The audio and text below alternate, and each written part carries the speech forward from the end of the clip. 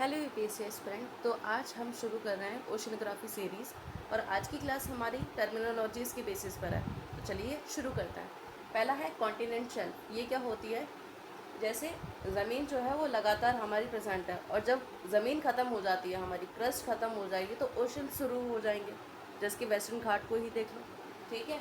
तो ओशन जब शुरू होता है तो वो अचानक से शुरू नहीं हो जाता ना, हम वहाँ पर चल पाते हैं उस ओशन में भी कुछ देर तक, तब हम डूबने की चांसेस पर आते हैं। यानी कि ज़्यादा गहराई में जब हम जाते हैं पानी के, तब हम श्रिंक, बेसिकली हम सिंक कर जाएंगे। लेकिन वैसे हम नहीं कर सकते। क्यों? क्योंकि शुरुआत पर क्या होता है, हमारा थोड़ी सी ज़मीन देखने के लिए मिलती है और पानी का जो लेवल होता है वो ज़्यादा डेप्थ का नहीं होता। इस वजह से हम डूबते नहीं हैं। उसी जगह को हम क्या कह देते हैं, कॉन्टिनेंटल शेल्फ कह देते हैं, जो तैयार होती है बार बार विंड के चलने की वजह से, इरोजन होने की वजह से। ठीक है। जहाँ पे कॉन्टिनेंट शेल्फ नहीं पाया जाएगा, ऑब्वियसली वहाँ पे इरोजन नहीं हुआ होगा। जैसे कि माउंटेन्स का प्रेजेंट होना, ठीक है ना, नियर दी ओशियन, तो वहाँ पर हमारे क्या है, इरोजन नहीं पॉसिबल। कॉन्टिनेंटल राइज क्या होती है? जब हमारा इरोजन वाला जो पार्ट है वो समुद्र में नीचे जाके क्या है, इकट्ठा होने लग जाता है, उसे हम कॉन्टिनेंटल राइज कहते हैं। एग्जाम्पल के तौर पर वेस्ट कोस्ट ऑफ सुमात्रा, यहाँ पे फॉर्मेशन ऑफ ट्रेंच की बात करी गई है, ऑलरेडी समझ चुके हैं ना प्रीवियस क्लासेस में।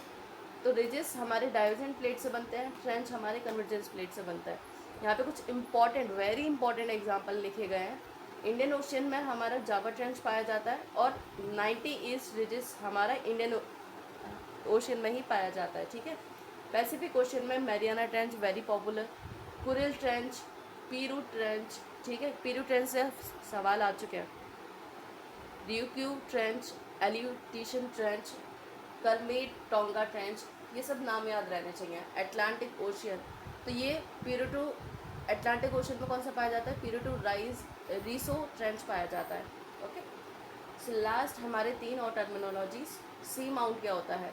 जब भी माउंट है ना, एक पर्वत हमारा किसके अंडर प्रेजेंट हो, सी के अंडर प्रेजेंट हो, पानी के अंदर ही अंदर रह जाए, कभी भी सरफेस तक ना पहुंच पाए सी के, तो उसे हम क्या कह देते हैं, सी माउंट कह देता है। और ये कैसे बनता है? वॉल्केनिक इरप्शन या फिर कह लो वॉल्केनिक एक्टिविटीज़ की वजह से बनता है।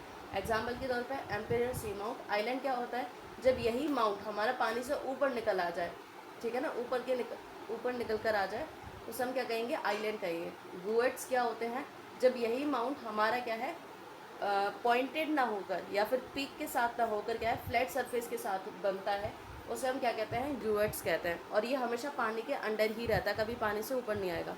So this was all about today's series. Thanks for watching this video and keep learning in this way.